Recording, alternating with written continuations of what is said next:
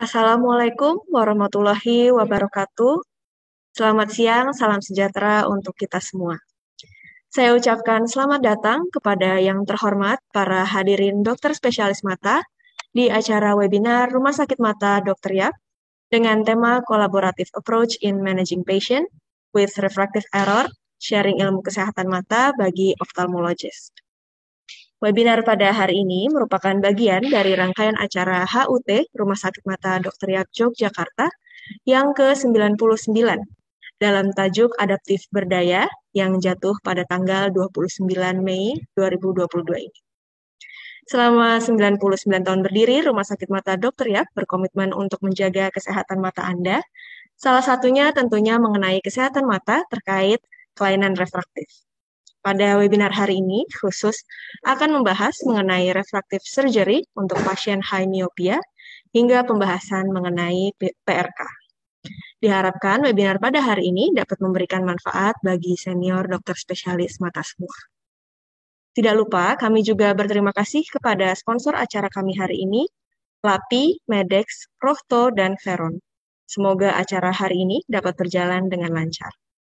Saya izin memperkenalkan diri, saya Dr. Dea, akan memandu acara pada hari ini. Segera akan saya buka acara hari ini dengan susunan acara kita yang pertama, yaitu sambutan oleh Direktur Utama Rumah Sakit Mata Dr. Yap Yogyakarta, Dr. Alida Linawati, Magister Kesehatan Viswa. Selamat pagi, Dr. Alida. Selamat pagi, Dr. Dea. Selamat pagi, Bapak dan Ibu sekalian. Oke, baik dok. Untuk sambutan kami persilahkan dokter. Baik, terima kasih Dr. Dea. Assalamualaikum warahmatullahi wabarakatuh. Selamat siang, salam sejahtera bagi kita semua. Om Swastiastu, Namo Buddhaya, salam kebajikan. Pertama-tama mari kita aturkan puji dan syukur kehadirat Allah Subhanahu wa taala yang telah memberikan kesempatan kepada kita semua kesehatan untuk bisa bersama-sama bergabung di dalam webinar Rumah Sakit Mata Dr. Yap kali ini.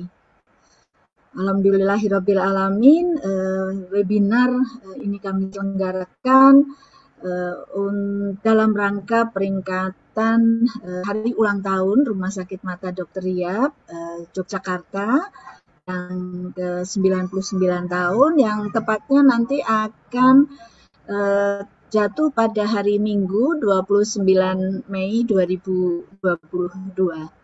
Dan topik untuk sesi dokter spesialis kali ini adalah Collaborative Approach in Managing Patient with Refractive Error.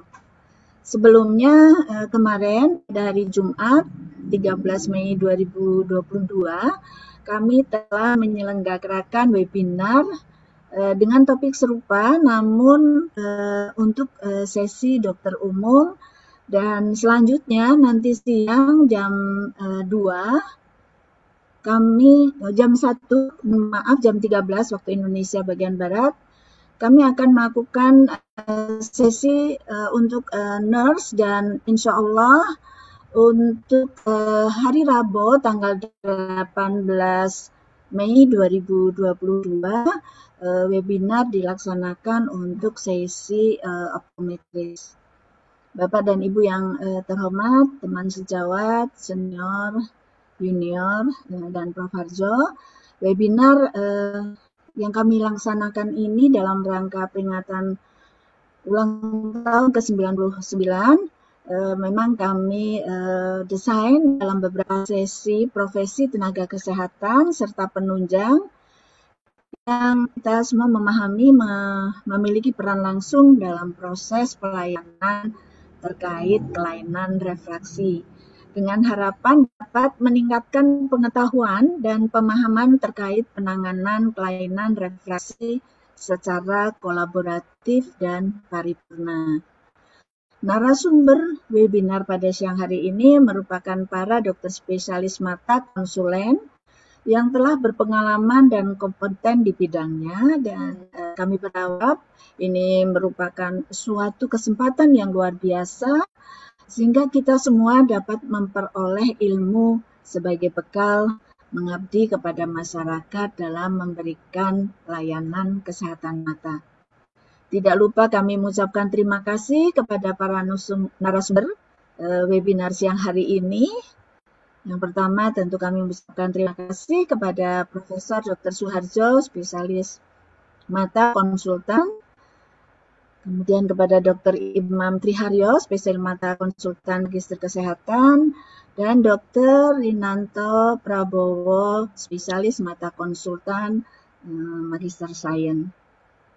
Dan karena hari ini masih di bulan Syawal, maka kami mewakili seluruh jajaran, direksi, dan Sivitas Hospitalia Rumah Sakit Mata Dr. Riyad mengucapkan taqabbalallahu minna wa minkum, taqabbal ya karim, minal aidin wal faizin, mohon maaf lahir dan batin.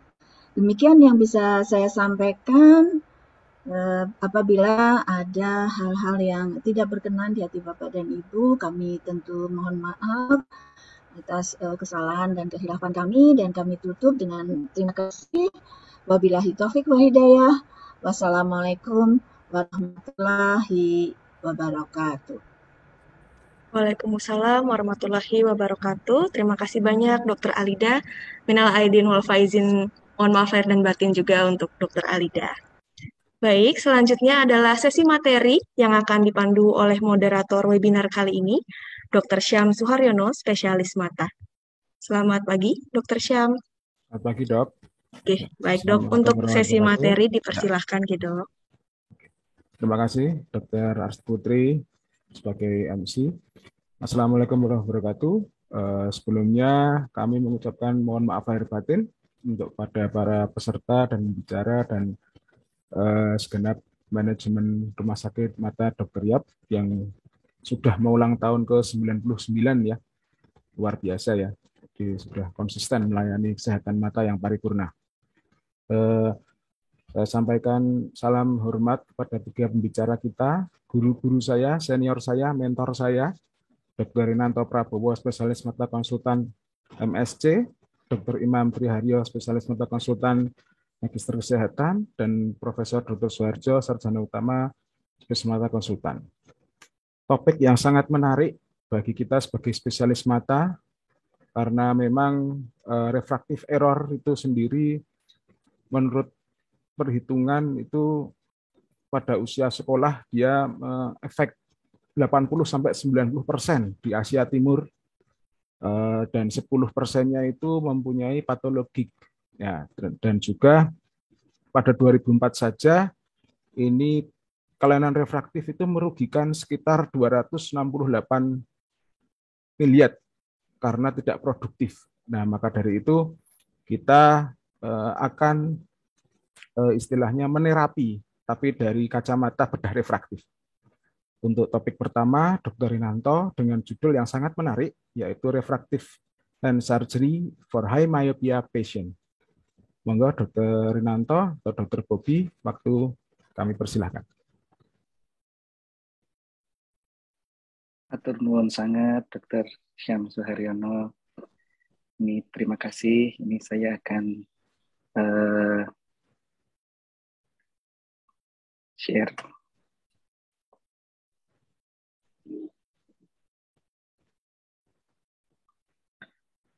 Terima kasih atas waktunya.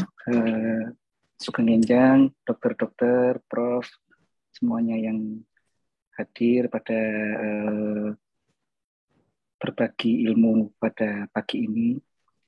Izinkan saya untuk sharing pengalaman-pengalaman saya saat menggunakan lensa-lensa berbagai macam pada pasien-pasien high myopia.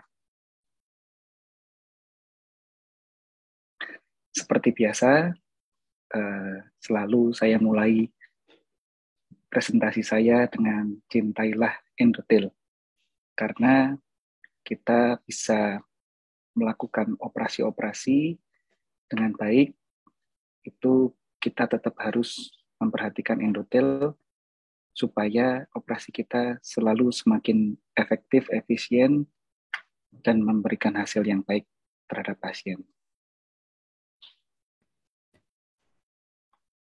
Banyak pasien-pasien yang memerlukan refractive lens itu disebabkan karena pasien mungkin tidak bisa dilakukan LASIK. Misalnya korneanya terlalu tipis sehingga kalau misalnya dilakukan LASIK masih sisa, pasien tidak ingin ada sisanya gitu. Nah, ternyata pasien tetap ingin dihilangkan mata minusnya. Jadi rata-rata pasien yang datang ke saya untuk dilakukan implantasi refraktif itu rata-rata minusnya di atas 10.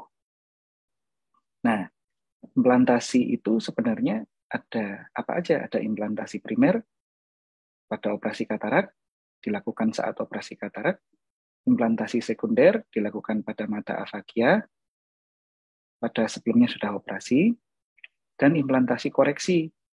Misalnya setelah operasi katarak ada refractive surprise, maka perlu dipasang piggyback IOL. Untuk mengkoreksi kelainan refraksi, maka diperlukan phakic IOL. Nah, kita harus mengenal apa itu lensa-lensa itu, karena ternyata pasien-pasien kita itu ngiranya, banyak juga yang ngira bahwa itu adalah soft lens. Nah, jadi kita harus memperkenalkan ini sebenarnya adalah merupakan intraocular lens. Ada macam-macam bahannya dan ada macam-macam bentuknya. Ini ada haptik, ada optik. Nah, lensa-lensa ada berbagai macam bentuk. Ini ada yang C-loop, ada yang J-loop, three-piece, single piece. Angulation-nya juga ada macam-macam. Ada yang ke depan, ada yang planar, ada yang offset. Bentuknya ada yang mono, ada plate loop, ada special design ya, iris fixated, sulcus IOL yang memang diperuntukkan untuk dipasang di ulkus, dan angle supported anterior IOL. Bahan-bahannya seperti ini, ada PMMA, polymethyl methacrylate, foldable IOL dari silikon, akrilik. Akrilik ada hidrofobik dan hidrofilik, ini yang paling sering digunakan adalah ini, akrilik, jenis-jenis akrilik. Kemudian rollable atau ultra-thin IOL dari bahan hydrogel, dan kemudian bahan haptik dari polipropilen atau PMMA juga akrilik juga. Lokasi implantasi ada di mana saja ya? Di posterior chamber. Posterior chamber ada, kita biasanya lakukan di in the back. In the back, tapi kadang-kadang kita juga perlu dilakukan di sulcus. Kalau di anterior di mana? Di iris atau di angle support. Jenis-jenis IOL ada monofokal, ada multifokal. Multifokal sendiri sekarang sudah ada macam-macam. Ada yang refraktif bifokal, refraktif, ada yang difraktif, ada yang trifokal, ada yang quadrafokal, ada yang kombinasi quadrafokal dengan EDOF. EDOF itu adalah extended depth of field. Nah, ini produk-produk terbaru, kebanyakan sekarang ada penambahan fokus di sentralnya. Jadi lebih ke arah refraktif IOL. Kemudian juga ada toric IOL, yaitu untuk mengkoreksi silinder pada mata pasien. Kemampuan yang ada di IOL bisa dekat untuk membaca buku, gadget, sedang memasak, nonton TV, jauh menyetir mobil, melihat pemandangan. Nah, ini adalah jenis IOL berdasarkan kemampuan optik. Monofokal untuk jauh, multifokal untuk dekat, sedang, jauh. EDOF, saya selalu diskusinya EDOF untuk sedang dan jauh, tetapi kadang bisa lihat dekat. Nah, untuk toric, ini adalah lensa untuk mengkoreksi silinder bila pasien ada silindernya. Monofokal, Ini saya akan selalu jelaskan kepada pasien. Sebelum operasi pandangannya buram seperti ini. Setelah operasi jernih, tetapi saat melihat HP, saat melihat laptop atau jarak-jarak menengah masih buram. Jadi cuma jauhnya aja yang jelas. Ini adalah contoh monofokal IOL yang ada di Rumah Sakit Mata Dr. Yat. Ada sensor untuk kondisi-kondisi yang ekstrim. Kemudian ada misalnya teknis, ada Ray-1, asferik. Kemudian kita juga sekarang ada lensa tripisnya, ada dari Kowa juga ada yang ringan. Kemudian multifokal dan EDOF. Multifokal itu untuk memperbaiki penglihatan jauh, sedang, dan dekat. Tetapi saya selalu cerita kepada pasien bahwa tidak ada yang sempurna. Jadi bukan berarti ini adalah lensa yang sempurna. Jadi pasien harus selalu kita turunkan keinginannya, desire-nya itu harus kita turunkan. Jadi saya selalu cerita ini, kita lihat bahwa ada banyak lingkarannya banyak, nah itu akan menimbulkan efek-efek penglihatan, saya bilang gitu kepada pasien. Jadi nanti memerlukan neuroadaptasi supaya penglihatannya nyaman. Jadi kadang pada waktu melihat malam hari untuk nyetir malam akan ada efek-efek halo dan glare, kadang ada silau dan sebagainya. Nah itu membutuhkan waktu untuk bisa diterima oleh otak mata manusia. Selain itu, pada saat pemeriksaan saya akan memperhatikan angle kappa dan angle alpha dari pasien. Ini adalah contoh-contoh multifokal IOL yang ada di Rumah Sakit Mata Dr. Yat. Kita menggunakan teknik sinergi. Ini kemampuan teknik sinergi bisa jarak 30 cm untuk membaca. Nah, Ray-1 trifokal, ini desainnya seperti Ray-1 yang lain. Atelisa, kemudian Acrysoft panoptik. Ini adalah contoh EDOF IOL di Rumah Sakit Mata Dr. Yat. Ada teknis iHands, ada Ray-1 EMV, desainnya mirip, yaitu ada suatu extended depth of field di sentral. Nah, pada Lucidis ini lebih seperti lensa refraktif multifokal. Ini berfungsi sebagai bifokal. Nah, atau Atelara. Atelara juga seperti Atelisa, desainnya mirip dengan Atelisa ataupun Symphony dulu di teknis juga ada. Untuk teori IOL, kita ada lensa, ada penandanya. Ini kita sesuaikan dengan aksisnya pasien.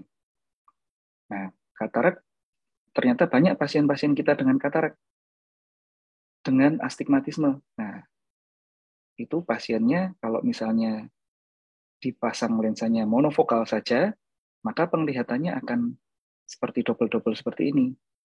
Nah, kita supaya edukasinya baik, maka pasien perlu kita peragakan. Mungkin ke yang nganter di situ kita pakaikan kacamata untuk menimbulkan pandangan seakan-akan silindernya pasien.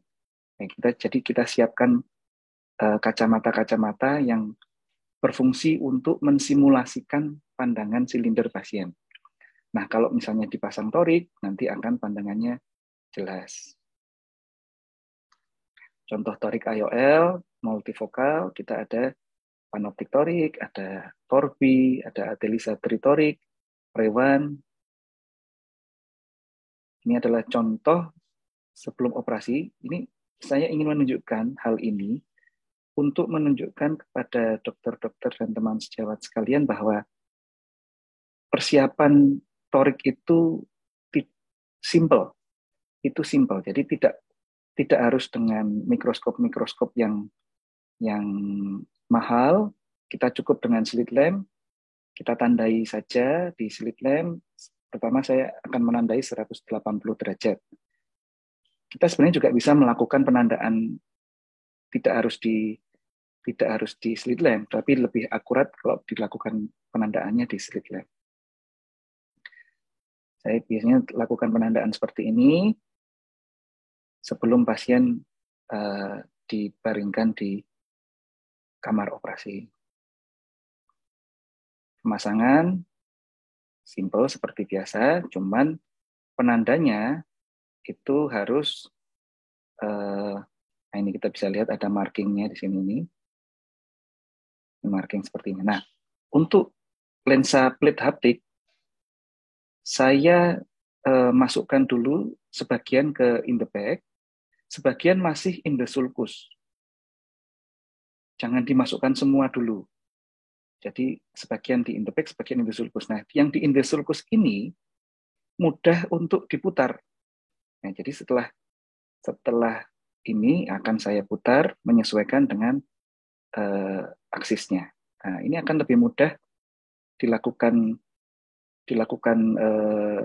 pemutaran bila sebagian masih di aksis, sebagian di in the bag. Nah, setelah sesuai dengan aksis yang kita planning, barulah si iolnya dimasukkan ke in the bag. Ini contoh yang lain lagi. Nah, kita lihat nanti bahwa lensa masuk. Nah, ini ada penandanya di sini. Ada penandanya. Nah, ini masih di sini. Nah, ini kita putar dulu. Kita putar dulu.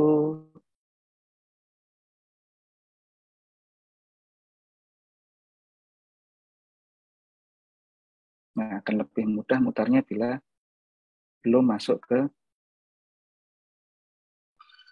in the bag-nya. Setelah itu baru kita tekan ke dalam.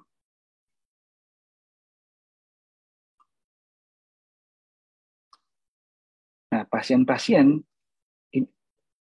itu bila pasiennya usianya kurang dari 50 tahun, maka saya tidak menyarankan operasi refraktif IOL exchange, IOL, tapi saya lebih menyarankan phakic IOL.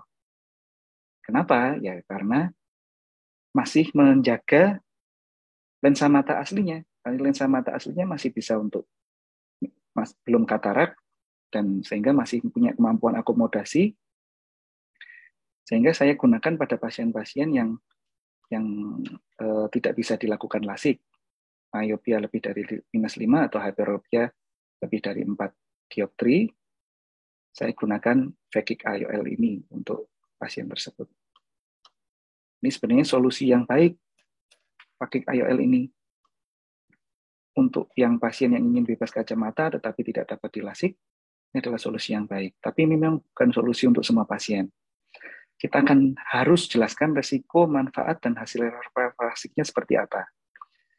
Jadi misalnya usia pasien kurang dari 50 tahun, masih aktif secara sosial, menjalani kehidupan profesional, dan ingin solusi yang mudah praktis, maka phakic IOL cocok ini untuk pasien tersebut.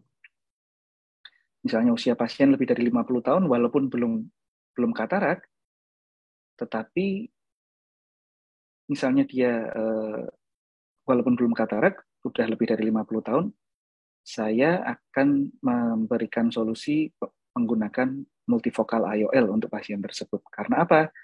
Karena memang sudah mendekati usia-usia yang beresiko terjadi katarak. Sehingga multifocal IOL diharapkan bisa menjadi solusi yang lebih jangka panjang dibandingkan dengan phakic IOL. Nah, untuk melakukan phakic IOL, kita lakukan general test dulu seperti biasa yang dilakukan, yaitu pemeriksaan visual dan sebagainya. Kemudian menjurus kita ke pupilometri, tonometri, pachymetry, topografi kornea, kita cek kacamatanya, kemudian OCT anterior chamber dan OCT dari retina. Kenapa kok kita perlu pemeriksaan anterior chamber? Ya karena ini phakic IOL akan dipasang di anterior chamber, jadi harus ada syarat-syarat yang harus dipenuhi. Syaratnya apa pada phakic IOL? Nah, ini anterior chamber harus lebih dari 3,2. Jumlah sel endotel, nah ini juga harus lebih dari 2.200. Diameter pupil harus kurang dari 6,5 karena phakic IOL itu kecil, sehingga bila diameter pupilnya luas, malam hari luas dan sebagainya, maka akan timbul efek disfotopsia kalau misalnya pupilnya melebihi dari phakic IOL-nya. White to white-nya sekitar harus lebih dari 11 mm. Axial length-nya berkali-kali kita cek stabil. Ini adalah contoh pengukuran. Nah, jadi kita masukkan pengukurannya ke website dari Optek ini atau dimasukkan ke artikel. Nah, di situ dimasukkan itu angka-angkanya yang sudah kita hitung. K1, K2, anterior chamber, dan sebagainya itu vertex-nya, silindernya berapa. Nah, nanti di situ akan muncul saran pemasangan phakic-nya berapa. Jadi bisa dikunjungi saja di website-nya. Ini adalah contoh pemasangan dari Artiflex. Jadi irisannya kecil aja, ini sekitar 2,75 sampai 3 mili. Setelah itu dia bisa foldable, dimasukkan, terus kita posisikan. Saya berikan HPMC supaya matanya nggak kering pada pasien, dan kita posisikan seperti ini. Kemudian kita bikin irisan di temporal dan di nasal. Nah, ini adalah untuk fiksatornya. Nah, irisnya kita jungkit, ke atas. Seperti itu. Nah, itu sudah masuk irisnya ke iris claw-nya ini. Kemudian dilanjutkan mata satunya, posisi satunya, dipegang di haptiknya, kemudian kita masukkan, terus kita tekan, jungkitkan. Lebih baik dekat dengan limbus irisnya supaya tidak terjadi elips pupilnya. Tapi walaupun terjadi elips, tidak apa-apa, pasien tidak akan mengeluhkan apa-apa. Nanti pada beberapa hari kemudian akan bulat kembali pupilnya. Setelah itu kita bersihkan. Jangan lupa di bawah pupil juga harus dibersihkan. Di bawahnya phakic-nya ini juga harus dibersihkan. Di situ juga ada viskoelastik. Jangan lupa. Soalnya kalau nggak dibersihkan, kadang timbul radang di kemudian hari. Nah, jadi tetap harus dibersihkan semuanya. Nah, dibersihkan sampai pupil bulat dan selanjutnya seperti itu. Nah, iris claw ini itu ternyata juga bisa digunakan pada berbagai macam kasus, tidak hanya untuk mengganti refraktif pada kasus-kasus refraktif, tapi juga untuk pada kasus Marfan syndrome, zonular dialisis, dislokasi lensa, trauma, kemudian prosedur sekunder afakia, dislokasi iol ke posterior chamber, bisa kita pasang iris claw. Bisa dipasang di anterior ataupun di retropupil. Ini adalah iris claw yang di anterior. Dan ini adalah iris claw yang dipasang di retropupil.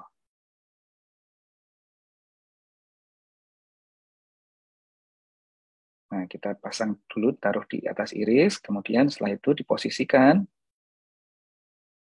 terus ditekan saja ke bawah iris, seperti ini. Nah, terus dipepetkan ke limbus, terus kita rasakan irisnya. Haptiknya kerasa di sini, nah kemudian kita tekan choppernya ini. Nah, di choppernya ini bisa menggunakan yang ada saja, apa saja bisa digunakan. Pakai Shinsky hook juga boleh. Nah, ini ditekan dulu, terus irisnya kita tekan sampai terjepit iris. Jadi pemilihan IOL untuk pasien high myopia kita kita dasarkan pada kondisi mata. Jadi pasien misalnya lebih dari 50 tahun, kita monofokal IOL untuk jauh, multifokal untuk supaya dekat sedang jauhnya bisa diperbaiki, iris claw pada zonular dialisis, dislokasi IOL. Phakic IOL ini adalah metode untuk yang terbaik untuk mengkoreksi high myopia pada umur kurang dari 50 tahun. Nah, tugas kita sebagai dokter mata untuk membantu memberikan kebebasan dan kebahagiaan untuk pasien agar terbebas dari kacamata. Terima kasih. Oke, terima kasih Dr. Bobby.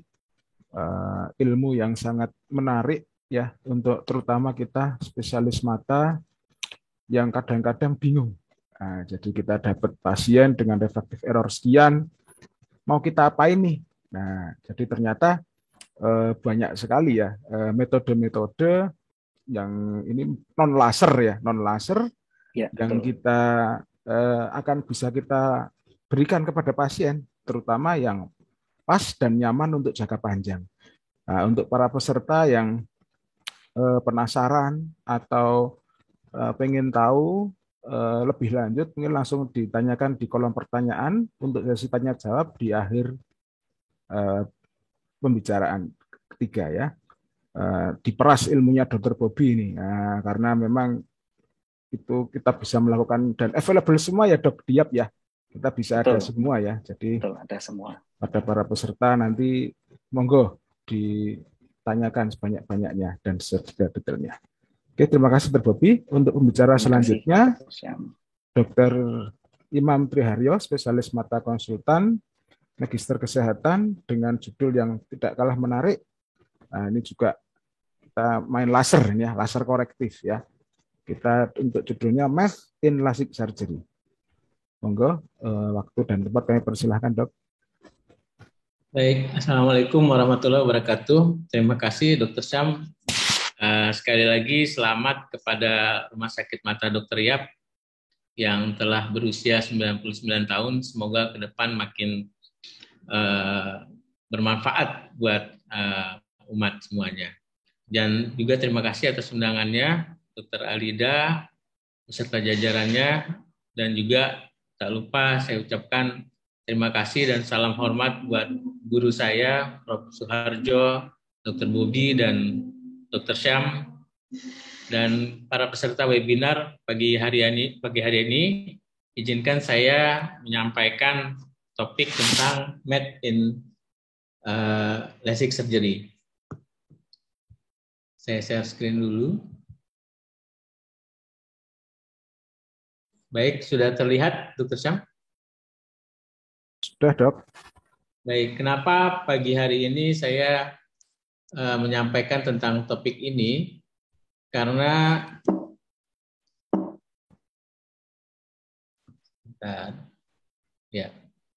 menurut WHO nanti ya, tahun 2050 itu hampir 49% penduduk dunia mengalami miopia, dan 9,8% diantaranya high miopia. Jadi saya pikir LASIK ini mau nggak mau akan sampai ke hadapan kita, karena kasus-kasus yang miopia yang tinggi di tahun yang akan datang. Karena itu kita harus sedikitlah memahami saat ini tentang bagaimana operasi LASIK itu.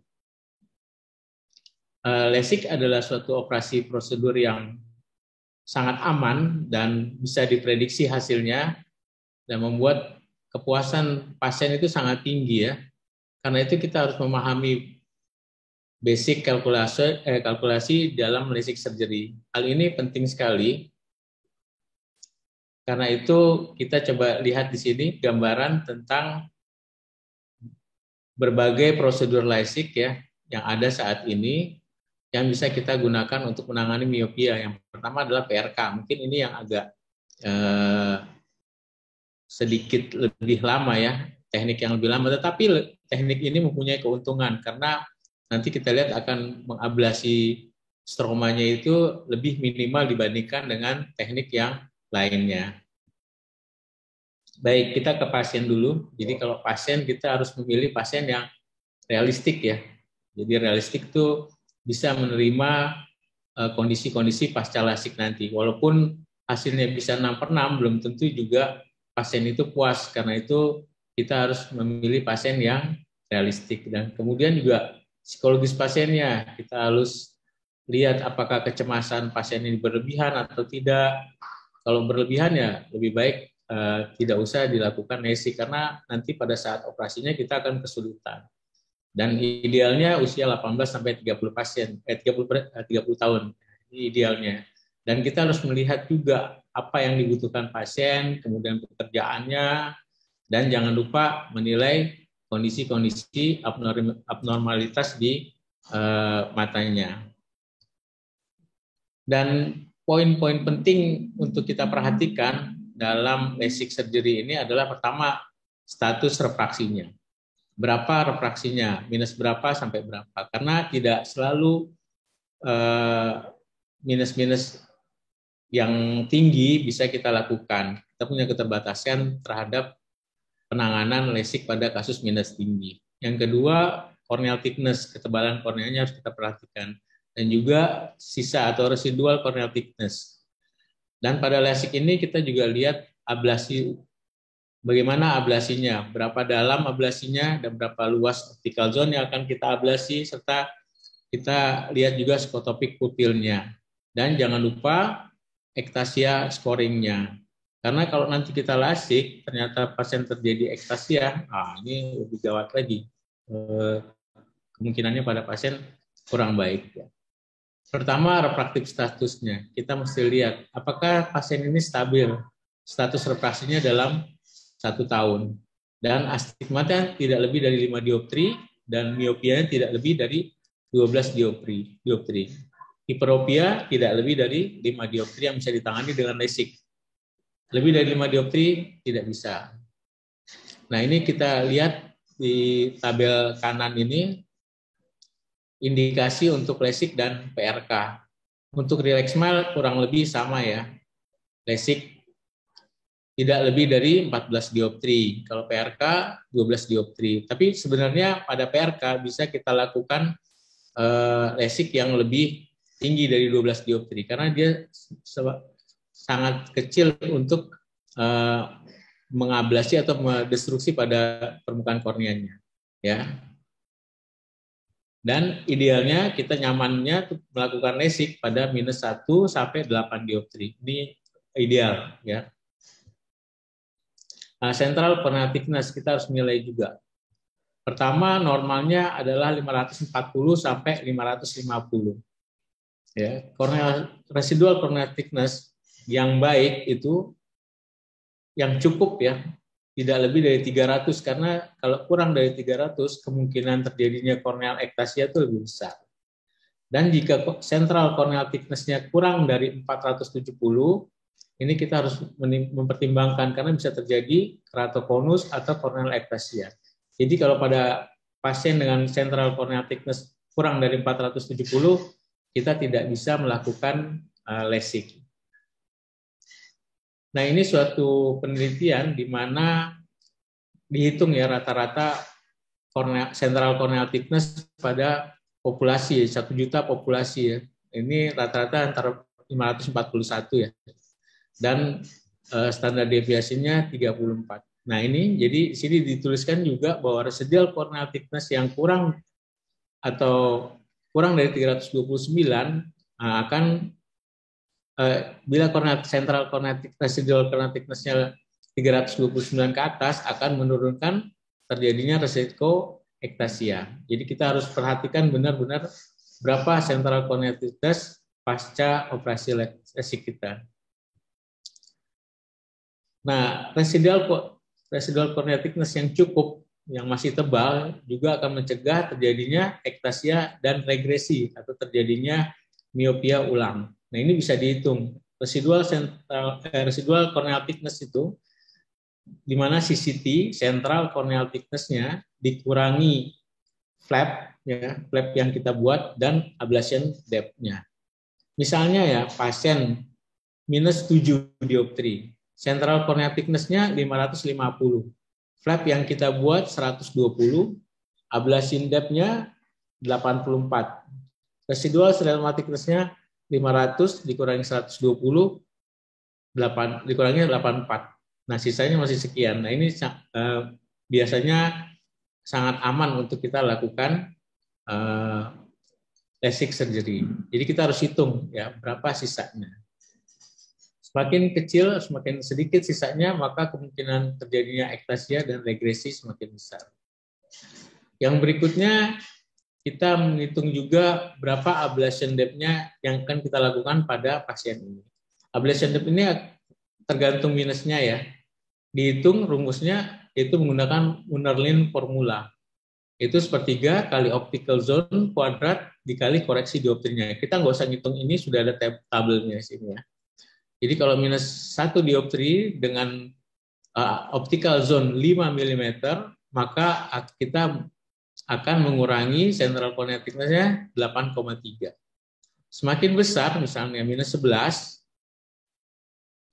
kita buat optical zone-nya 5 mili, maka ablasinya kita akan dapatkan sebesar 91,7. Ya. Semakin besar optical zone yang akan kita ablasi, maka semakin besar juga destruksi jaringan di korneanya. Ya. Jadi nanti ini nilai-nilai ini akan tergantung sama optical zone yang akan kita buat. Optical zone juga akan tergantung pada skotopik pupilnya. Misalnya kalau pupilnya 5 mm, maka kita buat optical zone-nya 6 mm. Gitu dan begitu selanjutnya ya. Dan real ablasi pada laser itu sangat berhubungan juga dengan Wunderlin formula yang tadi kita hitung ya. Dan paling aman residual stromal bed-nya itu sekitar 300 mikrometer. Nah, tadi saya bicara optical zone. Jadi optical zone ini adalah pupil yang pada kondisi gelap ya, pupil yang lebar pada kondisi gelap. Kita harus hitung kalau pupilnya optical zone-nya itu skotopik pupilnya misalnya 5 mili, maka kita harus lebihkan dia 1 mili. Kalau 6 mili, maka kita harus buat dia 7 mili. Nah, kalau 7 mili lebih skotopik pupilnya, maka kita pertimbangkan untuk melakukan prosedur yang lain, karena kalau kita paksakan, pasiennya itu kan nggak puas ya. Akan timbul halo, glare, dan lain-lainnya. Sedangkan pada pupil yang kecil, ya, optical zone yang kecil akan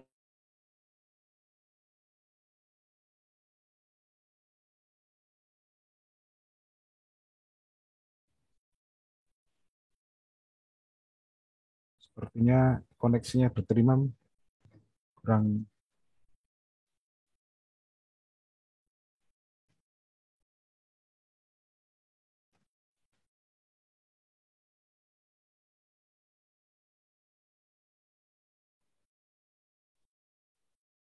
Terima.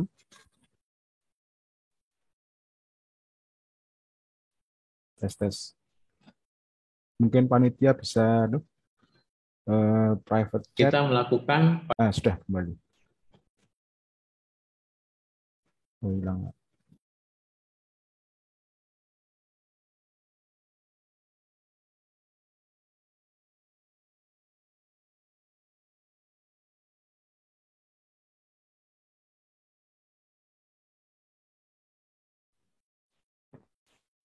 Ya, mohon maaf, ini ada sedikit gangguan ya untuk koneksi.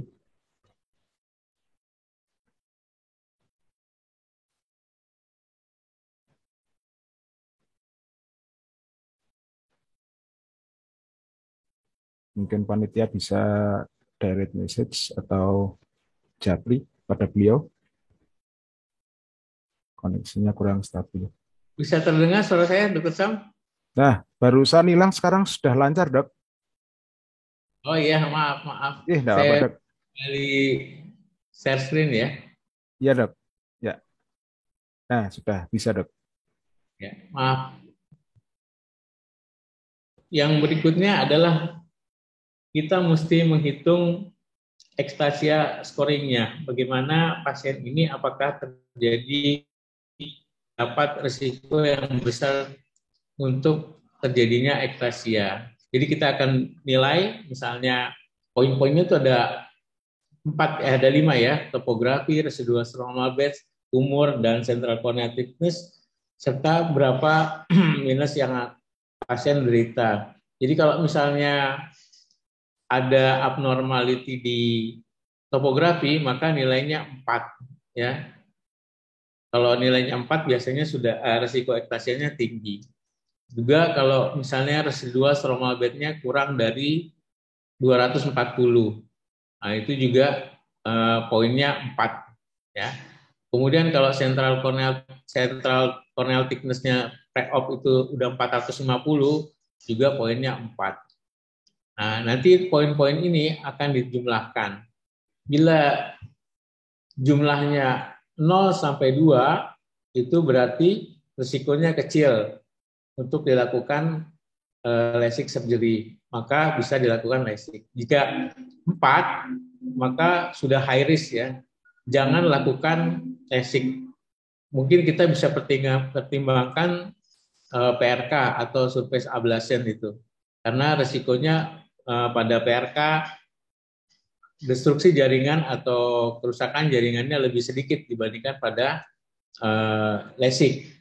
Dan juga pada relax smile itu destruksi jaringannya lebih banyak dibandingkan dengan LASIK atau mungkin surface ablasi. Yang berikutnya bisa juga kita hitung PTA-nya ya. PTA-nya. PTA itu present tissue altered. Jadi berapa kerusakan jaringan yang akan terjadi pada operasi kita. Kita ngitungnya gini, flap thickness ditambah ablation depth dibagi central corneal thickness. Nah, hasilnya kalau lebih dari 40% itu high risk. PTA-nya lebih dari 40% high risk. Kurang dari 40 itu low risk ya.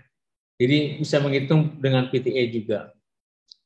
Kemudian juga kita bisa menghitung keratokonus ya, risiko keratokonus ini penting nih pada pasien ini. Jadi ini paling gampang saya bilang karena kita hanya melihat nilai dari keratometrinya. Jadi dilihat dari normal kornea kurang dari 47 ya.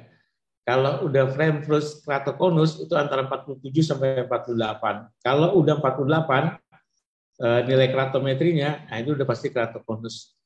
Jadi hati-hati pada nilai keratometri yang lebih dari 47 ya. Kalau 47 sampai 48 misalnya bisa subclinical keratokonus. Dan kalau sudah 48 udah pasti itu keratokonus. Makanya kalau pada operasi katarak kita harus nilai itu berapa silindernya, atau kita bisa lihat kan di keratometrinya berapa nilai keratometrinya. Kalau lebih dari 47 hati-hati itu bisa terjadi keratokonus. Sudah terjadi keratokonus. Dan ini yang penting juga, makanya ini saya ulang-ulang. Ektasia itu bisa terjadi pada residual stromal batch-nya yang kurang dari 200. Beberapa center ada yang memilih 250. Kalau kami memilih 300 mikrometer. Kenapa? 300 sisanya itu risiko terjadinya ektasia kecil pada di atas 300. Ya. Standar deviasi pada CCT 34 seperti jurnal yang tadi saya sampaikan ya. Plus minus. Jadi kalau misalnya kita pilih 300 gitu, residual stromal batch-nya 300. Kalau misalnya pasiennya itu masih adanya minus 1 misalnya pasca LASIK, masih bisa kita lakukan enhancement. Jadi kita masih punya 34 mikrometer atau masih punya 50 mikrometer biasanya. Jadi masih punya space yang aman untuk dilakukan treatment atau enhancement ya. Nah, corneal topografi ini juga penting untuk memapping corneal topografi untuk keratokonus detection dan juga adanya kelainan abnormalitas pada kornea. Jadi kita balik lagi ke Randleman scoring tadi, kalau korneal topografinya sudah bermasalah atau kan poinnya 4, berarti sudah tidak mungkin atau berisiko untuk dilakukannya operasi LASIK. Nah, kita lihat ini bisa kita nilai berapa central corneal thickness-nya dari mapping topografi. Dan ini yang paling penting di sini adalah jika silindernya lebih dari 3 dioptri, itu kemungkinan sudah terjadi subclinical keratokonus atau sudah keratokonus. Jadi kita lihat aja silindernya. Jadi pasien-pasien pre-LASIK itu kalau mau gampangnya kita lihat silindernya. Kalau sudah lebih dari 3 dioptri, hati-hati subclinical keratokonus atau mungkin sudah keratokonus. Nah, ini mata dengan keratokonus ya. Kita bisa lihat dan topografinya seperti ini, biasanya lebih merah.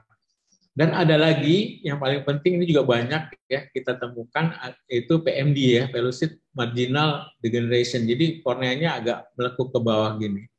Gambarannya begini, gambaran topografinya. Jadi kalau udah nemukan seperti ini, udah jangan disarankan untuk melakukan laser vision correction atau LASIK sendiri. Baik, ini satu contoh ya, misalnya pasien umur 24 tahun, refractive error-nya -8, central corneal thickness-nya atau pachymetrinya 540, kita planning optical zone-nya ada di 6 mm, scotopic pupilnya ada 5 mm. Kita sudah hitung ablation depth-nya 96 mikrometer, maka residual stremal thickness-nya 320. Randleman score-nya negatif. Low risk, topografinya normal. Nah, pada kasus-kasus yang seperti ini kita bisa melakukan LASIK sendiri dengan aman. Tapi contoh kedua misalnya pada refractive error-nya -10, silindernya 1, aksis 90 misalnya, kemudian pachymetrinya atau central corneal thickness-nya 520, kita lihat scotopic pupilnya 6, optical zone planning-nya 7, karena tadi sudah kita hitung ablation depth-nya 179, maka sisa residual stremal bed-nya 220. Nah, ini juga Randleman score-nya high risk. Jadi kita tidak bisa atau kemungkinan kecil keberhasilan pada pasien ini. Tidak kita sarankan untuk dilakukan laser vision correction, atau misalnya bisa dilakukan sampai misalnya -6 saja gitu, nggak bisa sampai habis 10. Oke, kita bisa menilai tindakan yang akan kita lakukan pada LASIK surgery, yaitu pasien yang realistis, kemudian status refraksi yang kurang dari 8, ya, dengan pachymetry yang lebih dari 540, kemudian residual stromal bed-nya lebih dari 300 mikrometer, dan ektasia scoring-nya low risk, serta keratokonus screening yang no abnormality, tidak ada kelainannya. Jika kita melakukan pada pasien-pasien seperti ini, insya Allah operasinya bisa berlangsung dengan baik dan memberikan hasil yang baik juga. Terima kasih atas kesempatannya. Mohon maaf lahir batin. Wabillahi taufiq wal hidayah. Wassalamualaikum warahmatullahi wabarakatuh. Waalaikumsalam warahmatullahi wabarakatuh. Terima kasih sekali Dr. Imam Tiharyo, Spesialis Mata Konsultan Medis Kesehatan. Ilmu yang sangat-sangat menarik bagi kita yang mungkin akan mulai belajar refractive surgery, terutama laser vision correction, atau bagi kita yang akan kira-kira merefer pasien kita jadi harus tahu math hitungannya ya. Hitungannya jangan sampai terjadi ekstasi kornea ke depannya, dan pemeriksaan itu kita harus awali dengan pre-LASIK diagnostik ya. Jadi dilihat topografi korneanya, jadi memang nggak semuanya bisa dilakukan laser vision correction. Nah, berikutnya tidak kalah menarik topiknya, yaitu masih mengenai laser vision correction. Pembicara berikutnya yaitu Profesor Dr. Suharjo, spesialis utama spesialis mata konsultan, dengan judul ini Why Do We Still Need PRK ya, PRK jadi fotorefraktif keratectomy. Ini juga kita banyak melakukan di Rumah Sakit Mata Dr. Yap. Nah, mungkin Prof. Harjo bisa menerangkan apa sih keunggulan PRK dan kenapa sih kita sebenarnya masih butuh terapi refractive surgery vision correction dengan metode PRK. Monggo Prof, waktu dan tempat kami persilahkan, Prof. Ya, terima kasih Dr. Syam Suharyono. Assalamualaikum warahmatullahi wabarakatuh. Ini masih bulan Syawal. Saya pertama kali mengucapkan mohon maaf lahir batin pada para hadirin webinar di sini. Pada kesempatan ini saya memang diminta untuk ya sedikit menjelaskan pengalaman kita pakai kenapa sih kok kita masih membutuhkan PRK. Ya saya masih ingat kita sudah lama sekali PRK sudah lama sekali, tetapi kenapa sih ya mau pakai PRK? Slide berikutnya. Ya, jadi kalau kita lihat sejarah PRK itu kan sudah tahun 90. Saya masih ingat waktu itu masih residen di Jakarta sudah pakai PRK. Tetapi kenapa kok ya sampai sekarang masih PRK? Nah, ini akan saya uraikan beberapa hal yang menguntungkan bagi kita PRK. Kita mengingatkan kembali mengenai fungsi PRK. Fungsi PRK terutama untuk memperbaiki kasus-kasus dengan miop ringan, sedang, tapi ternyata akhir-akhirnya juga miop yang tinggi yang ya di bawah 10 lah kira-kira itu bisa sukses dengan PRK. Kemudian pasien astigmatisme, kemudian pasien dengan hiperopia. Nah, saya mengingatkan kembali, mungkin teman-teman ada yang sudah lupa lihat PRK. Intinya bahwa PRK itu adalah membakar bagian epitel, kita melepas epitel, kemudian yang kita laser adalah bagian stroma anterior. Nah, kita menggunakan argon fluorida 193 nanometer, kemudian kita memang ini tiap 10 mikron kira-kira itu setingkat dengan 1 dioptri. Slide berikutnya. Nah, ini kita ingin memperlihatkan video PRK supaya ya, ada bayangan begitu PRK itu diapakan sih. Ya, walaupun saya kira teman-teman sudah pernah melihat juga ya. Ya, tindakannya memang sederhana sekali di sini.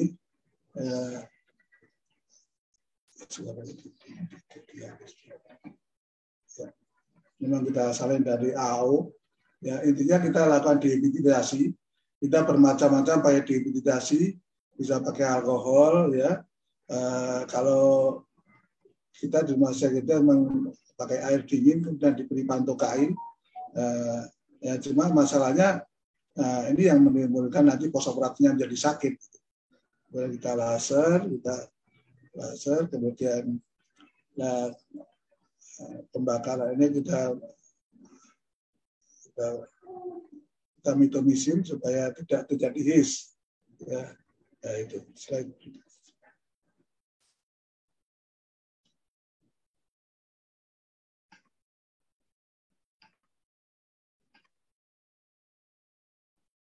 Nah, kita akan sedikit menyinggung mengenai beberapa keunggulan dari PRK ini saja dibanding yang alat darurat yang lain. Jadi kita bisa melakukan pada sedikit ya lebih tipis gitu, kemudian pada cornea yang flat juga bisa, yang agak stiff juga bisa ya. Nah, kemudian ada kelainan-kelainan segmen anterior, distrofi sedikit juga bisa, pada kasus erosi juga bisa, ya jujur aja kita alat-alat PRK kita juga bisa untuk PTK, untuk membakar jaringan-jaringan yang kekeruan akibat keratitis. Kemudian pada ini di surah yang sempit, ya, zona yang tipis ya, tapi yang tadi Dr. Imam Tiaryo, kalau stromal band-nya kurang dari 300, nah kalau kita di YAP stromal band-nya kita cutting point-nya 250. Kalau masih di atas 250 kita masih berani. Kalau kecil dari itu udah berani kita. Kemudian bisa dilakukan pada orbita yang dicekung di dalam, ya. Ini juga berbeda dengan modal robotik yang lain. Kemudian ini yang paling penting adalah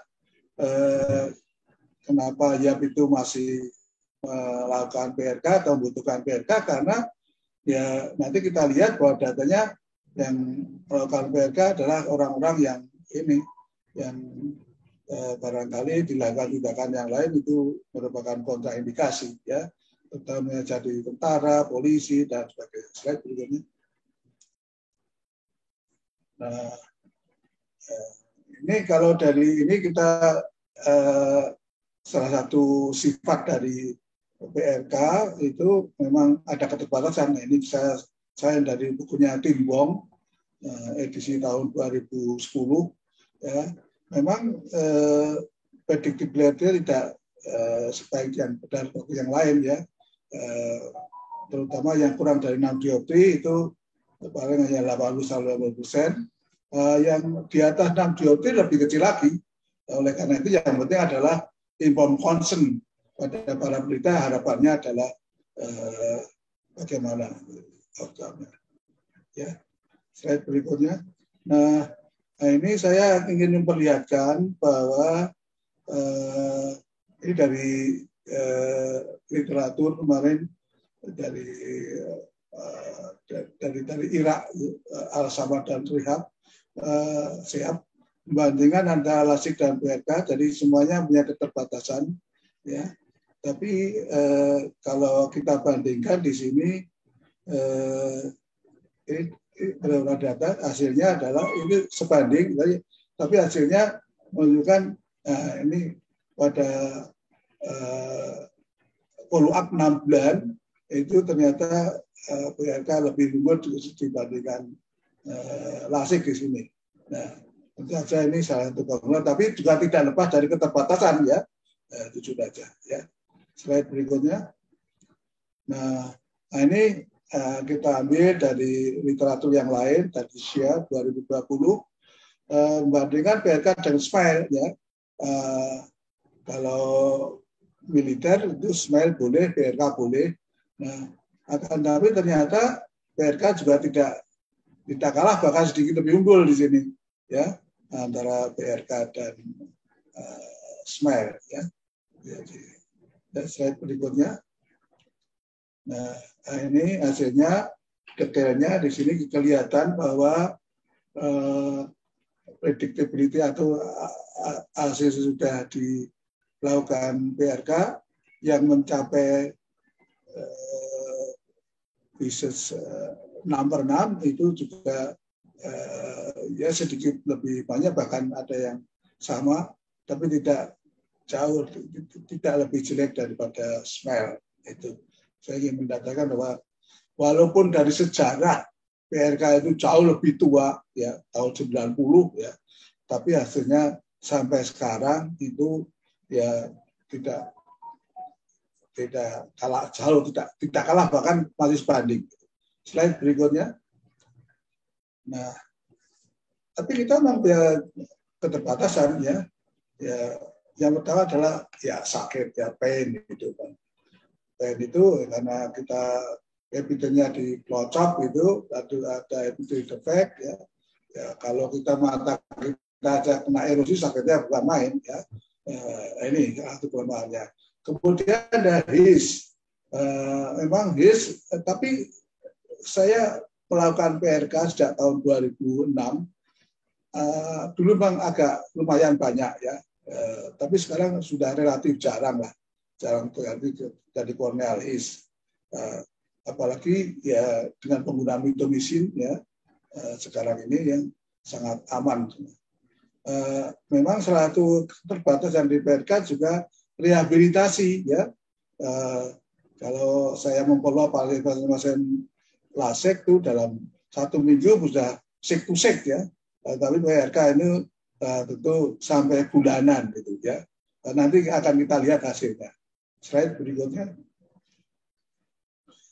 Nah, ini bagaimana kita mengatasi supaya tidak jadi His. Tentu saja kita harus cermat pasien-pasien historinya bagaimana, kemudian pemeriksaan klinis termasuk fungsi MGD ya, ada gejala-gejala dry eye apa Anda ya, semuanya itu harus kita catat sedemikian rupa sehingga jangan sampai terjadi His nanti.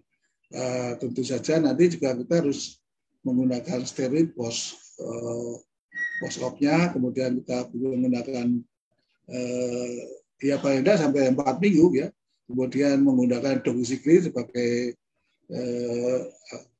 anti radang tanda petik ya, sampai 2 minggu ya. Slide berikutnya. Nah, kemudian bagaimana manajemennya kalau sudah terjadi His?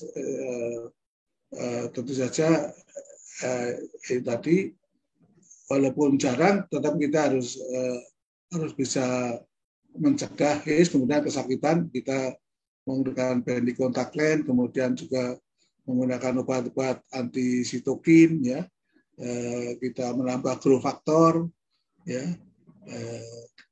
Kemudian subepithelial fibrotik itu ya tadi His itu harus kita cegah dengan mitomycin C. Ya, slide berikutnya.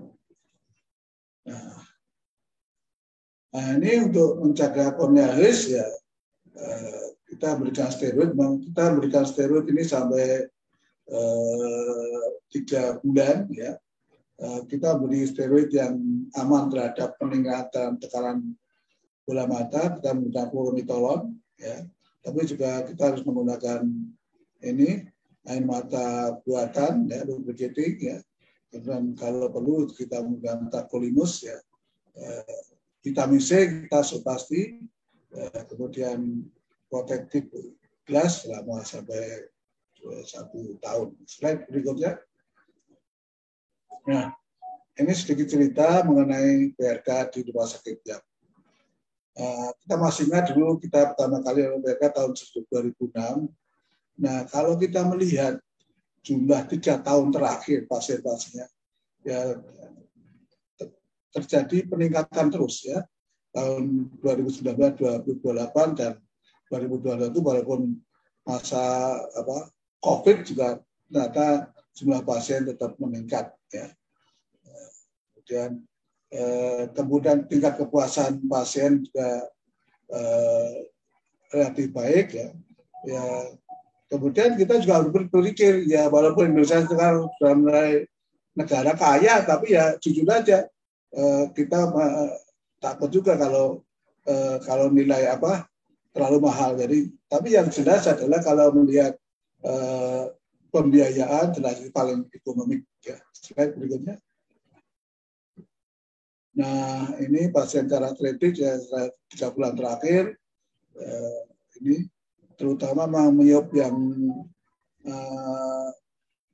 ringan sampai sedang ya, di atas yang myop tinggi ya kira-kira aja sepertiganya ya. Tapi yang penting adalah memang 60% lebih itu terutama yang mau jadi tentara, polisi, di kedinasan. Jadi memang itu suatu yang wajib. Ya barangkali memang yang boleh Anda boleh dilakukan bedah refraktif tapi hanya PRK barangkali ya, atau tidak semua bedah refraktif bisa dilakukan. Slide berikutnya. Nah, ini dari segi outcome jujur saja memang yang mencapai 6/6 saja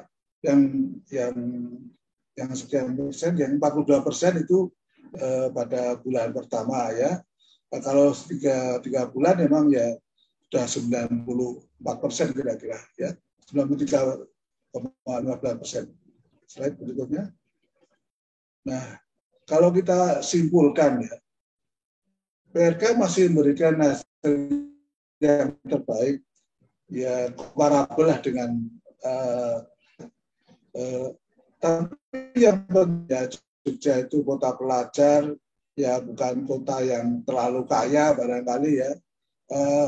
Kemudian yang penting adalah bahwa yang ingin jadi, tadi saya katakan 61% yang mau jadi polisi, jadi tentara, kemudian tenaga keamanan, ya mungkin juga ini ya, gulat atau apa saja ini diperhatikan.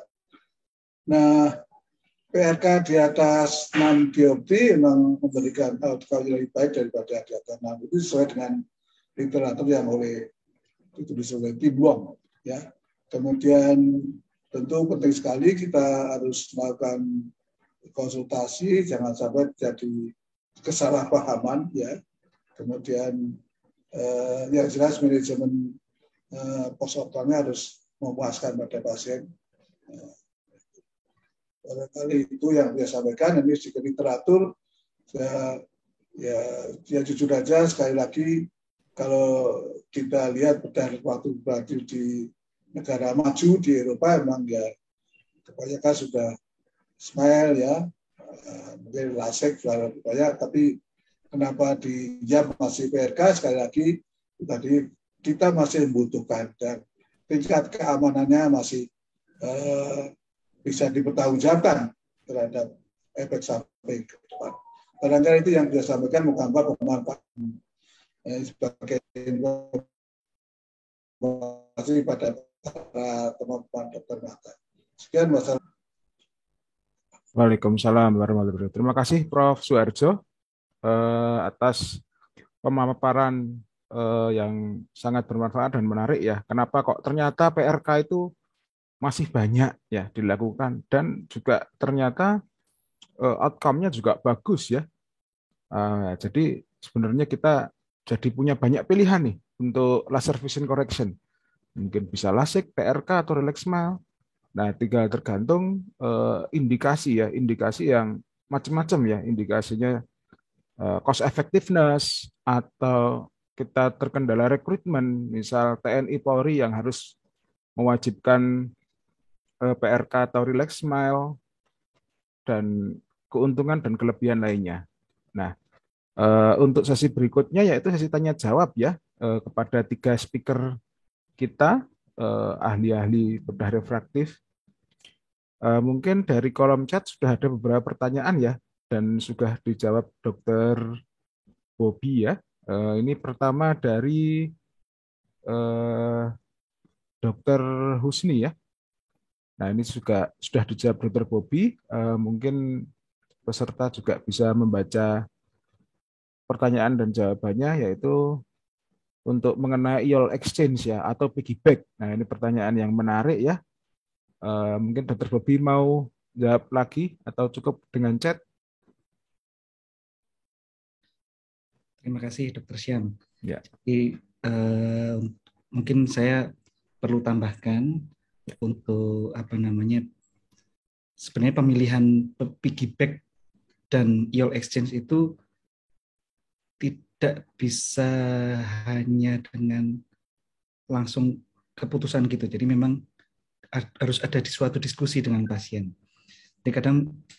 Jadi misalnya contohnya pada pasien multifokal, beliau kadang kan sudah ekspektasi tinggi, setelah operasi bisa lihat sangat jelas dan sebagainya. Ternyata, nah kalau multifokal itu sebenarnya tidak boleh terjadi refraktif surprise. Pasien penglihatannya akan sangat kurang baik nih, seperti itu. Nah, karena kesalahan refraktif sedikit itu menyebabkan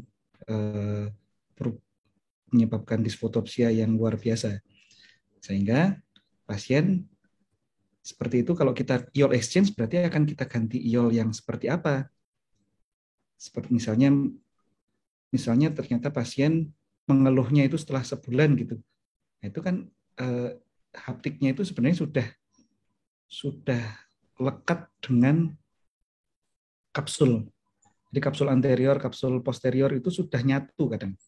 Sudah menyatu sehingga yang berlubang hanya tempat si haptiknya itu. Nah, kalau kasusnya seperti itu, lebih baik kita lakukan piggy bag.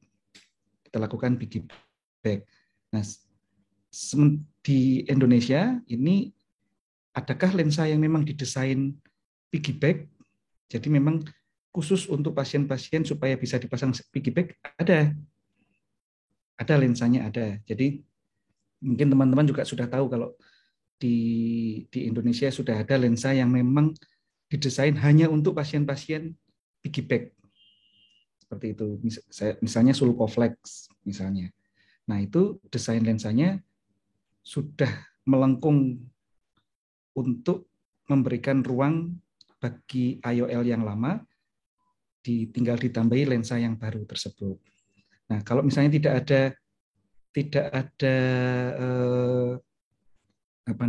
ada Sulcoflex, bagaimana? Kalau saya sih menyarankan kan lensa piggy bag-nya itu nanti akan dipasang ya setidaknya in the sulcus. Dipasang in the bag apakah bisa? Ya bisa-bisa aja, tetapi apapun itu haptiknya itu harus tidak boleh terlalu besar. Jadi misalnya piggy bag menggunakan haptik yang plate, ya terlalu besar itu akan beresiko radang pada iris, uveitis juga akan beresiko tinggi. Sehingga kalau saya sih menyarankan untuk pada pasien-pasien tersebut digunakan lensa-lensa yang tripis. Lensa-lensa tripis untuk piggy bag. Nah, misalnya lensa tripis kok nggak nyaman pasangnya ya. Kalau misalnya seperti itu, ya sebenarnya ini kita lebih berkompromi ya. Sebenarnya kalau tidak nyaman dengan tripis, kita berkompromi. Nah, itu berkompromi misalnya dipasang lensa, pilih lensa yang seperti apa ya, kita harus memilih lensa yang bisa mudah dipasang di in the sulcus. Intinya seperti itu. Jadi bukan berarti kita harus berkompromi menggunakan lensa yang ada gitu, tidak seperti itu. Nah, untuk IOL exchange itu memang kita gunakan pada pasien-pasien yang sudah tidak memungkinkan dilakukan piggy bag. Misalnya apa? Misalnya pada beberapa kasus lensa itu IOL-nya ternyata glisteningnya itu sampai banyak kalsiumnya itu, sampai seperti katarak gitu lensanya. IOL-nya itu ada yang sampai seperti katarak. Jadi sangat keruh dan merata. Ada beberapa lensa yang bisa terjadi sampai seperti itu. Nah, itu kita piggy bag pun juga penglihatan pasien nggak akan membaik. Seperti itu mau nggak mau harus IOL exchange. Tapi masalahnya kadang pasien dengan lensa yang sudah glistening sampai terjadi kapur seperti itu, lihatnya ICL dan ICL dan phakic IOL itu dua-duanya memiliki resiko masing-masing. Nah, sekarang apakah resiko dari ICL? Yaitu menyenggol crystalline lens, menyenggol kapsul atau dan sebagainya itu. Nah, resiko nyenggol kapsulnya itu lebih besar resikonya itu dibandingkan dengan resiko TiO tinggi pada phakic IOL. Maksud saya adalah pada phakic IOL itu kita bisa dengan iridektomi, dengan pemeriksaan sebelumnya, anterior chamber depth-nya memenuhi syarat dan sebagainya, maka resiko-resiko tekanan TiO-nya meningkat gara-gara pemasangan phakic IOL yang ditakutkan itu sangat berkurang. Sampai saat ini pasien-pasien yang kita pasang phakic IOL ya kondisinya selalu baik, setahun sekali kontrol ke bagian kami, ke bagian retina. Kalau misalnya TiO tinggi, apa namanya, rata-rata sih memang tidak terjadi TiO tinggi karena misalnya pasien sudah ada riwayat TiO tinggi sebelumnya, tidak kita arahkan untuk pemasangan phakic IOL. Nah, untuk ICL itu resiko pada saat pemasangan kena kapsul itu lebih tinggi dibandingkan dengan kita membuat iridektomi pada phakic. Jadi memang untuk pemasangan ICL itu harus apa ya istilahnya, dokter operator itu harus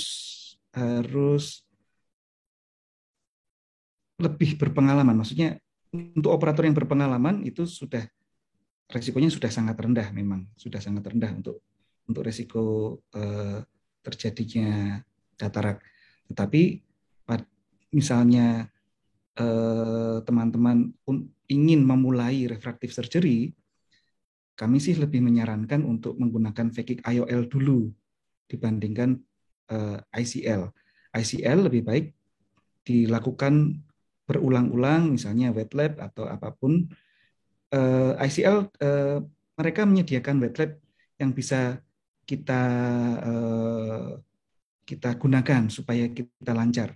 Jadi tinggal kontak, nanti mereka akan kirimkan cara masangnya ICL, terus kita lakukan wet lab. Nah, kita lakukan berulang-ulang sampai benar-benar mahir. Memang desainnya si ICL ini kemungkinan untuk nyenggol kapsul itu sangat rendah memang. Tapi resikonya itu tetap lebih tinggi. Resiko lebih tinggi itu bukan berarti pasti kena kapsul, bukan. Tapi maksudnya resiko kena kapsul lensa dan terjadi katarak itu adalah resiko yang lebih tinggi dibandingkan kita mengurangi resikonya itu lebih sulit dibandingkan kita melakukan iridektomi pada phakic seperti itu. Jadi phakic itu cuma perlu perlindungannya adalah melakukan iridektomi. Melakukan iridektomi kita jemput iris tapi sekaligus menjemput kapsul ya bisa-bisa aja. Tapi kan itu apa namanya hal yang sebenarnya sudah bisa dihindari untuk para refractive surgeon. Seperti itu.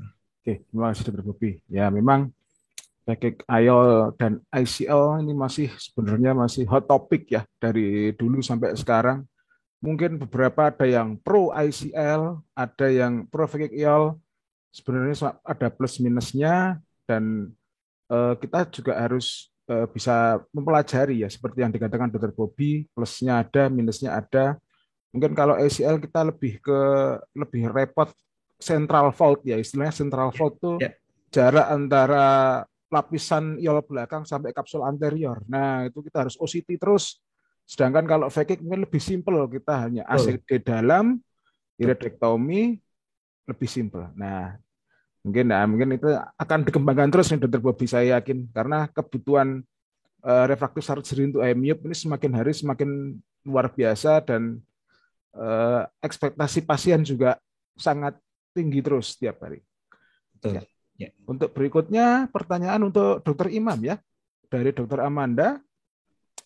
Dokter bisa dijelaskan tentang myopic regression ya after refractive surgery ya. Faktor risikonya apa? Apakah itu predictable? Oh, ini pasti akan jadi regresif nih.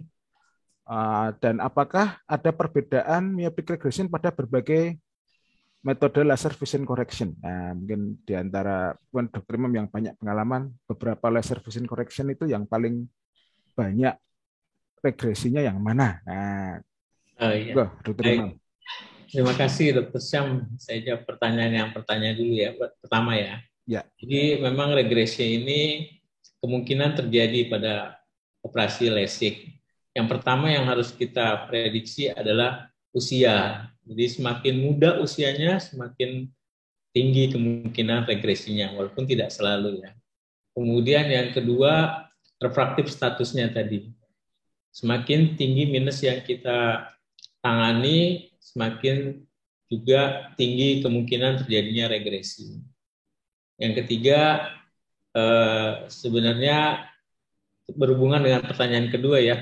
Di antara 3 metode lasik yang laser vision correction yang ada saat ini, antara PRK, kemudian femtolasik, sama relax smile, tentu secara logika saja PRK paling banyak menimbulkan regresi ya, walaupun banyak itu tidak selalu harus jumlahnya ya. Misalnya kalau pada PRK kurang lebih itu sekitar 5% timbul regresinya.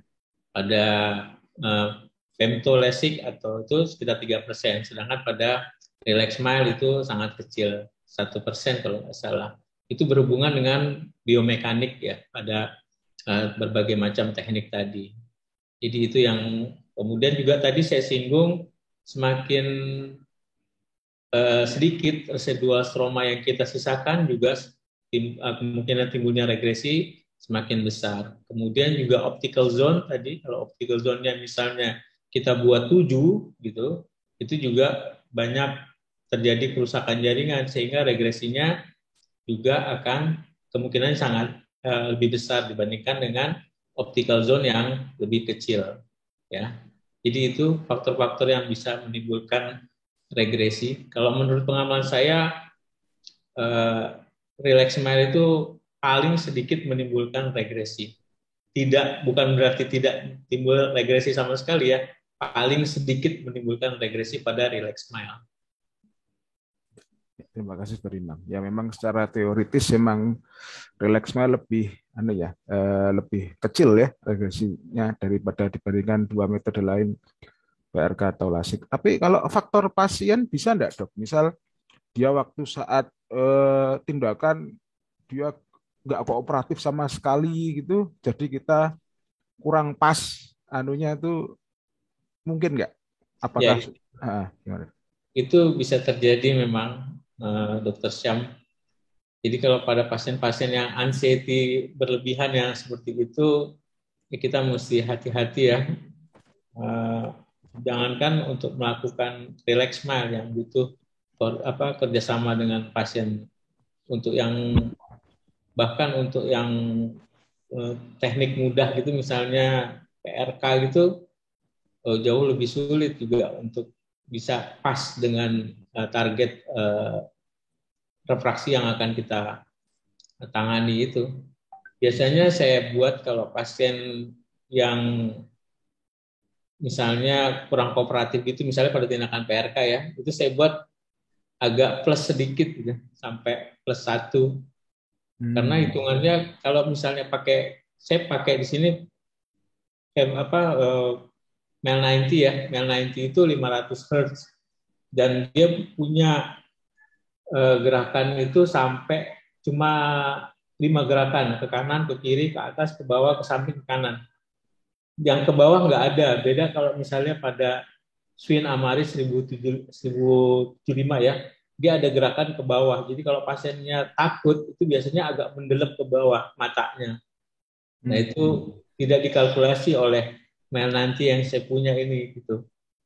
Jadi itu kemungkinan regresinya juga, bukan kemungkinan regresinya, kemungkinan sisa miopianya juga lebih tinggi dibandingkan dengan yang punya 7 direction ya, 5 arah itu sampai ke mendelepnya itu.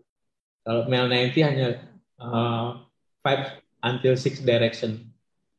Ya, terima kasih. Dr. Imam, tipsnya sangat bermanfaat nih buat kita yang baru mau melakukan atau sudah melakukannya. Pertanyaan berikutnya dari Dr. Alusius Anggawibowo ya, Dr. Jun. Untuk Dr. Bobby, selamat siang dokter. Mohon izin bertanya, pada kasus Haemayop saat implantasi IOL, kita misalnya salah apa ini ya? Reserve IOL, jadi harusnya Z shape itu keliru S. Nah, itu apakah ngefek ya dok ya? Nah, terus apakah ada preferensi untuk memilih IOL plano konvek atau bikonvek? Nah, mungkin Dr. Bobby bisa menjelaskan. Terima kasih. Terima kasih atas pertanyaannya. Jadi sebenarnya lensa-lensa di masa kini foldable itu itu hampir semuanya ya 90% itu biconvex. Jadi plano convex itu ya mungkin lensa-lensa, bahkan iris claw itu sekarang biconvex juga. Nah, plano convex itu mungkin kita temui zaman dulu di zaman PMMA seperti itu ada yang masih plano convex juga sudah ada. Nah, sekarang biconvex itu konsepnya itu sebenarnya kekuatan powernya itu dibagi di anterior dan posterior. Jadi di lensanya itu di lensa di bagian anterior dan di lensa di bagian posterior itu dibagi. Sehingga kalau kebalik sebenarnya tidak begitu banyak masalah sebenarnya. Cuman power yang besar jadi kebalik ke belakang, lebih dalam. Power yang kecil lebih ke anterior. Sehingga akibatnya kalau dari perhitungan-perhitungan itu, misalnya terjadi refractive surprise, biconvex tetap akan terjadi refractive surprise sekitar -1. Nah, kalau plano convex itu kebalik, nah itu bisa lebih nggak enak, pasien jadi sekitar +2. Jadi pasien visusnya bisa +2 kalau untuk plano convex karena powernya hanya ada di depan. Jadi hanya ada di depan, sehingga di depan lensa, maksudnya di anterior lensa itu powernya ada di situ. Tapi memang plano convex sudah sangat jarang kita temui sebenarnya. Jadi memilih mana biconvex atau plano convex ya sebenarnya lebih baik milih yang biconvex. Maksudnya karena ketersediaan saat ini lensa lebih biconvex. Jadi solusinya apa? Solusinya jangan kebalik. Jangan kebalik. Ya. Jangan kebalik. Waktu kita pasang kok kita lihat kebalik, ya kita balik lagi. Ya, maksudnya jangan kita biarkan dia berbentuk S. Kita langsung balik lagi gitu. Nah, kadang-kadang bagi beberapa orang dengan anxiety, dokter yang punya rasa perfeksionis, kadang-kadang tadi itu S apa Z ya, kadang-kadang kan gitu memang. Jadi kadang timbul ketakutan, tadi itu saya beneran pasangnya S atau Z, kadang-kadang kan kayak misalnya kita pergi, rumah sudah saya kunci belum ya, kayak gitu, itu kan kadang juga muncul. Nah, kalau pada biconvex, yaitu kalau misalnya ternyata terjadi refractive surprise bisa sampai -1 dan biasanya si pasien nggak ada masalah dengan -1. Ya, terima kasih Dr. Bobi. Ya memang kalau kita plano convex mungkin sudah tidak ada ya zaman sekarang. Ya, Susah malah carinya. susah malah. Langka, rare item malah sekarang. Nah, itu ya. sukaannya Dokter Syam itu. Dan ya memang betul jangan sampai kebalik, cuma kuncinya itu. Jadi ya terus jangan ini cuma surprise cuma sekitar -1 biar jadi kebalik. Nah, jangan gitu ya. Kita jadi operator, tanggung jawabnya nggak cuma di pasien tapi sama yang di atas juga ya. Mungkin harus lebih konsentrasi tinggi ya. Dan asisten juga kadang-kadang pasti akan mengingatkan kok. Nah, itu juga. Nah, ini ada pertanyaan lagi untuk dari Dokter Heru, mungkin menyambung pertanyaannya Dokter Manda tadi ya, mungkin ke Dokter Imam ini. Sebenarnya kira-kira berapa lama sih terjadi regresi? Apakah tahunan? Apakah bulanan? Menurut pengalaman Dokter Imam? Ya. Regresi ini ya. Biasanya regresi terjadi pada tahunan ya, setelah 1 tahun. Kalau regresi yang cepat misalnya kita operasi LASIK, kemudian regresinya dalam 3 bulan, itu harus waspada keratokonus ya. Terjadinya ektasia itu berarti. Tapi kalau tahunan biasanya regresi yang wajar atau yang biasa gitu kemungkinan terjadinya.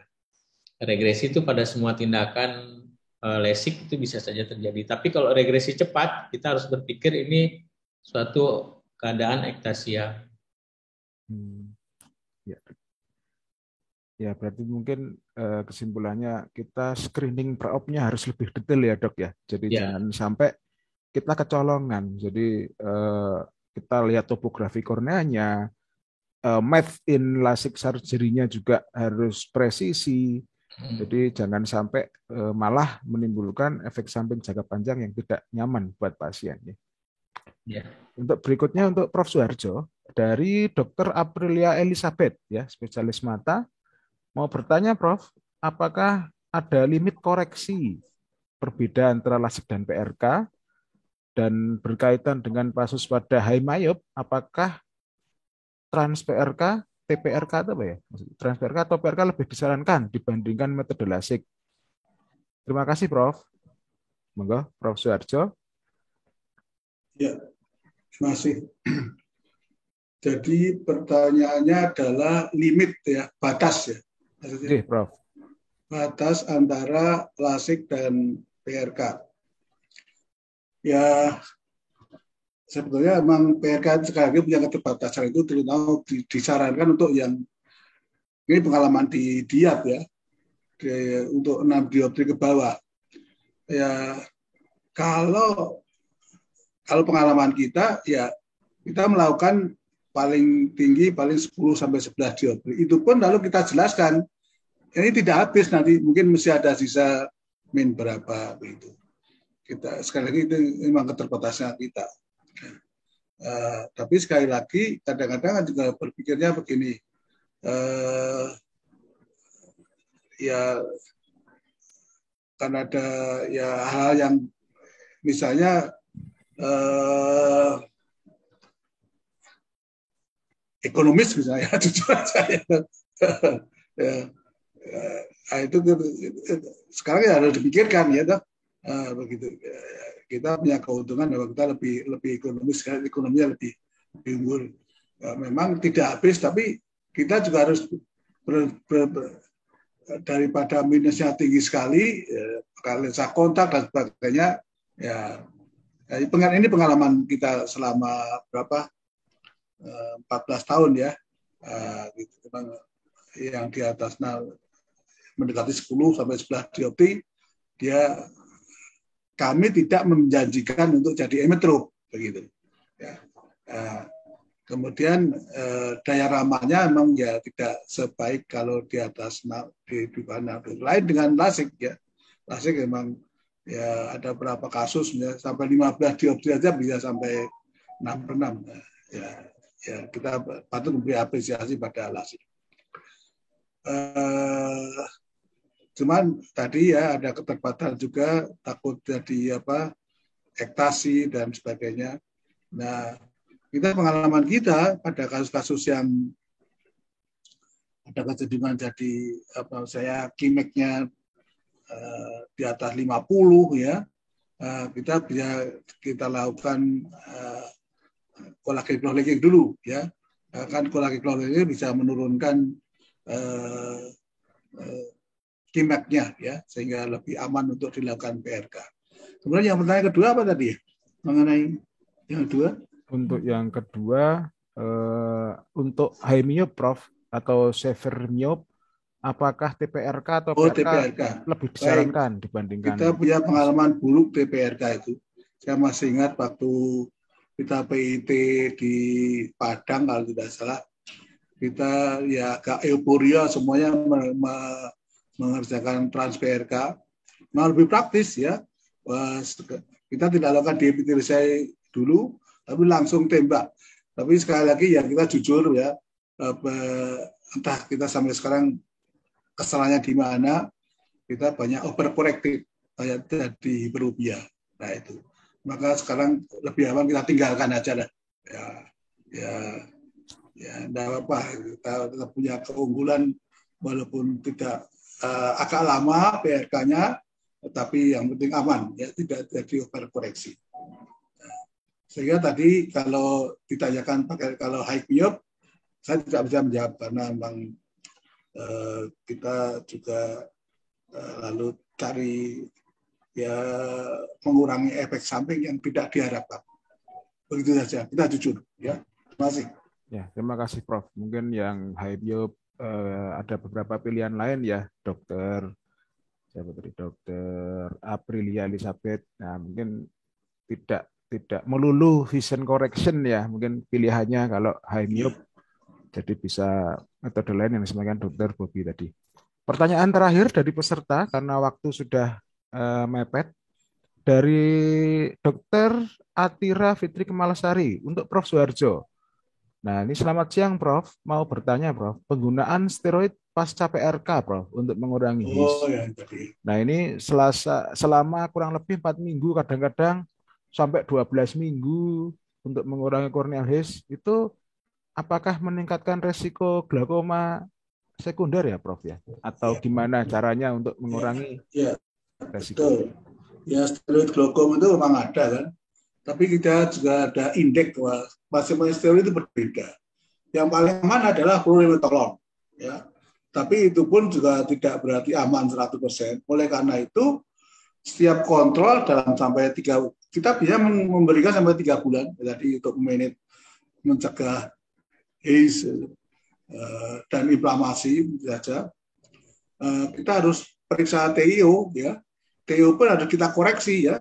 Karena kadang kita pakai non kontak itu ada koreksi karena ketebalan kornea kita sudah berubah. Ya. Jadi sekali lagi ya ini pengalaman kami di rumah sakit relatif aman lah. Tapi sekali lagi kita juga harus kita periksa tekanan bola matanya itu. Kalau ada kecenderungan ya kita berikan obat-obat untuk prevensi peningkatan tekanan bola mata. Tapi kita kan lebih kita harus berpikir jangan-jangan nanti kalau steroidnya di off lalu jadi inflamasi bahkan mungkin HIS ya. Oleh karena itu kita pakai tapi kita awasi, kita monitor tekanan bola mata. Dan sekali lagi kita menggunakan derivat fluorometolon yang relatif aman. Terima kasih. Ya, terima kasih Prof. Jadi mungkin asal indikasinya atau dosisnya tepat dan pemeriksaannya tepat, insya Allah tidak akan terjadi secondary glaukoma ya Prof ya, walaupun sampai 8-12 minggu ya. Iya, pengalaman kita begitu. Ya. Mungkin karena waktu, mohon maaf bagi pertanyaan-pertanyaan berikutnya nanti bisa japri mungkin ya. Mungkin japri ke pembicara, Dr. Bobby, Dr. Imam, Prof. Suharjo. Saya yakin beliau-beliau pendidik konsultan yang mau dikonsultasi setiap saat. Nah, jadi atau main-main ke rumah sakit mata ya, sekalian beli bakso di depannya terkenal sekali ya. Nah, itu jadi kesimpulannya adalah high myop itu bahkan tadi Dr. Imam menyebutkan 2050 itu efeknya luar biasa ya. Jadi sangat tinggi ya. Jadi semakin tahun orang semakin banyak, penyakitnya juga terutama untuk refraktif error, terutama myop ini juga semakin tinggi ya. Dan sebenarnya itu akan efeknya apa? Efeknya akan mengurangi produktivitas ya. Produktivitas dan akhirnya sampai ada prediksi sampai 28 miliar ya ini untuk gara-gara kurangnya produktivitas ini kita secara ekonomi ya. Nah, kita sebagai dokter mata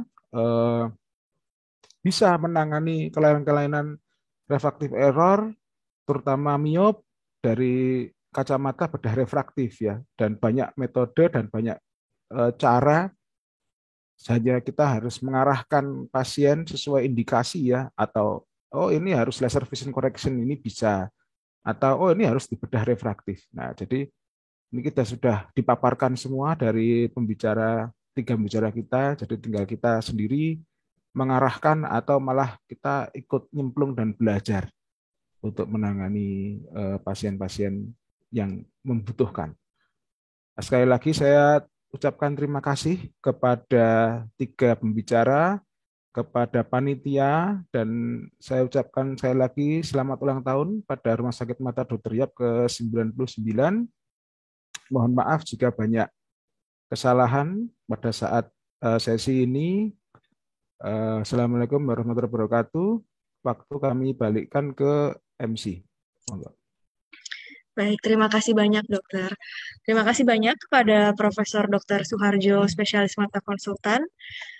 Terima kasih kepada Dr. Imam Triharyo, spesialis mata konsultan. Dan terima kasih kepada Dr. Rinanto Prabowo, spesialis mata konsultan, atas sesi pada pagi hari ini yang luar biasa ya dok. Juga terima kasih kepada Dr. Syam Suharyono, spesialis mata selaku moderator. Sayang sekali bahwa webinar pada hari ini sudah mencapai penghujung acara. Kami pamit undur diri. Sampai jumpa di rangkaian acara HUT Adaptif Berdaya Rumah Sakit Mata Dr. Yap berikutnya yang akan diselenggarakan selama bulan Mei ini. Para hadirin yang terhormat dapat melihat rangkaian acara dan mendaftarkan diri untuk mengikuti webinar selanjutnya melalui Instagram Rumah Sakit Mata Dr. Yap, yaitu @rsmata-dr.yap. Gitu. Kepada para hadirin yang juga belum melakukan presensi, bisa melakukan presensi di link absensi yang ada di kolom chat. Baik, kalau begitu terima kasih atas perhatian hadirin yang terhormat. Saya ucapkan sampai jumpa. Assalamualaikum warahmatullahi wabarakatuh. Waalaikumsalam. Matur nuwun, Dr. Bobby, Dr. Imam, Prof. Harjo, semuanya. Matur nuwun, Mas Syam. Salam sehat dan sukses semuanya. Izin pamit semuanya. Izin pamit, Assalamualaikum. Waalaikumsalam.